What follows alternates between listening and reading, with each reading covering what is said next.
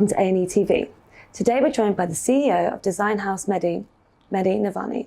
Good morning. Good morning. Welcome. Thank you very much. Pleasure to be here. Thank you for coming. Would you like to kick things off by talking us through your morning routine? Yes, my morning routine.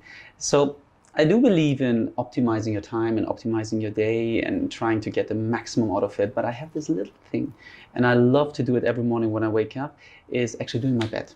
It is my first thing in the morning, and it is probably my first achievement of the day. Folding everything very neatly, very perfectly before I start. And I don't even get out of bed. I'm almost half inside when I do the bed. And then it just kicks off. You know, the usual thing, a little bit of exercise, having some healthy breakfast. And then it's good to go, actually. Sounds like a very organized morning. It is. I like a 20-80 rule. So I try to have 80% of repetition what I do. I like to keep things consistent, and 20% just go with the flow, because it's good to have rules and standards for yourself and set your time to do things in the right way, but you need to have also this 20% flexibility to just go with the flow. If you don't feel for it, don't do your bed. Definitely. And would you like to tell us how you came to have the career you do today? Oh, that's a very interesting one. So there's the thing, I love challenges and I like to try out new things. I was always good at mathematics and physics and biology at school, and I was not really a creative person. I didn't do much creative. I was good with my hands, I could build a lot of things, and I said, let me try out something completely different. So I wanted to do first art, and I'm a horrible painter, so I realized I'm much better in drawing. So I said, why don't we try something more artistic with an engineering approach to it, maybe combining both things. And I did an internship in an interior design company, and I fell in love. And I decided to study architecture, work parallelly in different design studios, and it just moved one step to another. And here I am today. Amazing. And what is it about design and architecture in this region in particular that you like? So, I mean, the UAE, I moved here, what was it, like 13 years back now? It seems like it's such a long time. It is actually a very long time. And I love the UAE out of one reason. It was the playground for an architect. It was like a big playground. There was this buggers, and there was sand, and there was the cranes, and whatever line you did on a paper, it came to reality. And it has this enthusiasm and this euphoria for young designers and architects to just come and create and build something. It was beautiful. I mean, it is still beautiful, and it has this it's okay mentality. Let's just do it. You know, let's put our sleeves up, let's go out there and let's build and create something which has never been there. And it doesn't matter how big or how amazing or how grand it is. It's okay. Let's do it. It's possible. That's really sweet. And what's been your biggest achievement to date then? My biggest achievement. It's probably also my biggest challenge at the same time. Is actually not to try to always challenge yourself every time and every now and then again. I mean, my philosophy is like, I mean, we are here in this world, right? And nobody knows why we are here and how we came up here. So, but we are here. And I believe if we are alive and we are living, so let's live life to the maximum. So if you try to live life to the maximum, it means let's try out all those beautiful things, and let's try out completely doing things differently every day. So I love to challenge myself. I love to try out new things. And I would say my biggest achievement, coming back to your question, is never really to rest and always keep going and try out new things. And if it fails, it doesn't matter. We just try out new things and experiment. So I was going to ask you next what your biggest challenge you've overcome has been, but it seems like they kind of go hand in hand. Yeah, I think the biggest challenge is actually keeping the energy and the motivation up. It is sometimes, I mean, our body, our personalities are changing. You know, we change as humans every now and then, and our goals are changing, our motivation are changing. What motivates us today is not the fact anymore tomorrow. But it is quite important to have this driver, constantly keeping yourself, pulling out of bed, making your bed, and then just starting the day and just being motivated. I think this is probably the biggest challenge, not to rust. Yeah. Okay. So for the moment then, it seems like your goals are ever evolving. But what do you still want to achieve at the moment? There is so much I want to achieve. I think like most of us, I enjoy traveling, I enjoy trying out new things, and I still haven't found the one thing which I would love to do. There is so much on the list. It is so difficult to answer this question because you see, the world is filled with so many things. And again, living life to the maximum is you still want to experience them before you say goodbye to this place.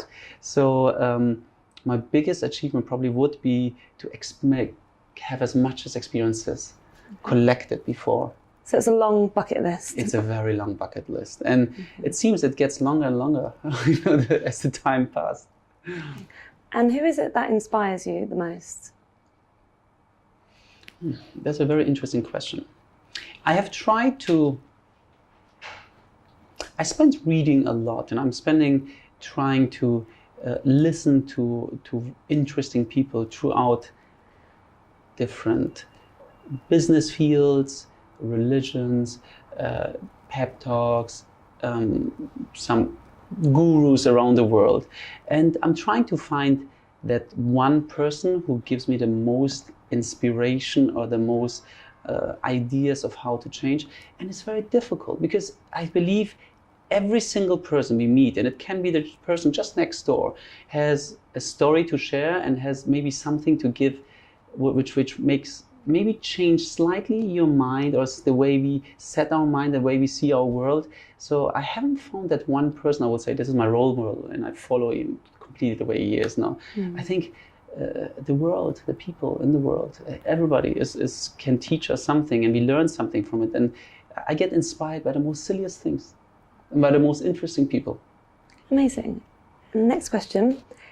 What's the best piece of advice you've ever been given then? A very good friend of mine, his father told me once,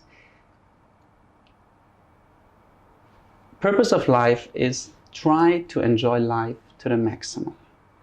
As much as you enjoy life, try to give joy to others. Now, for whatever reason, if you can't enjoy life and you can't give joy, for whatever reason or situation you're into, try not to take joy away from others. I love this statement, living life to the maximum, and as much as you enjoy and celebrate life, try to give it and pass it over to others, giving back. And if both of them you can't do, just try not to take away from others. Don't try to be the boomerang or the negative energy trying to make other people's lives difficult. If you could give your younger self one piece of advice, what would that be? To my younger self, my naughty younger self, I would tell him, I probably would tell him to do everything what he does the same way. Don't do anything different. There's not much I would do different. I'm being very honest with you. If I have to go back in time, I mean, every wrong choice I did leaded somehow to a interesting and better outcome. So there's not much I would change. I think I would tell him, listen, just keep doing what you're doing. Do your best.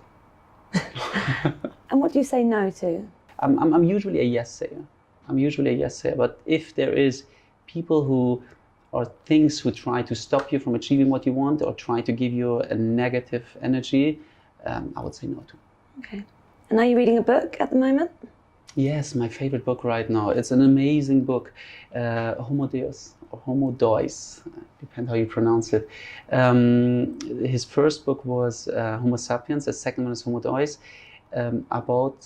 The first one is referring to where we come from, and the second where the journey takes us. And the simplicity, how he explains and describes the world we're living in and where we come from and how the future could look like, is very inspiring.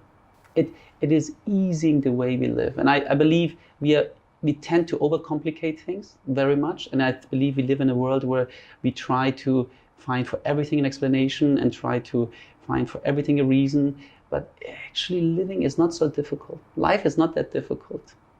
And he explains it very simply, how to try to live it in balance, not by advising you what to do, but just telling you, this is how the world works, so you decide how serious you want to take it. Okay, and this will be our last question for today. How would you like the world to remember you? How how do I like the world to remember me as a simple, humble person who did few things right and enjoyed his life and tried to give joy to others. That's it, I think. Oh, that's lovely. Well, thank you so much for joining us today. My pleasure. And thank you for watching. We'll see you next time.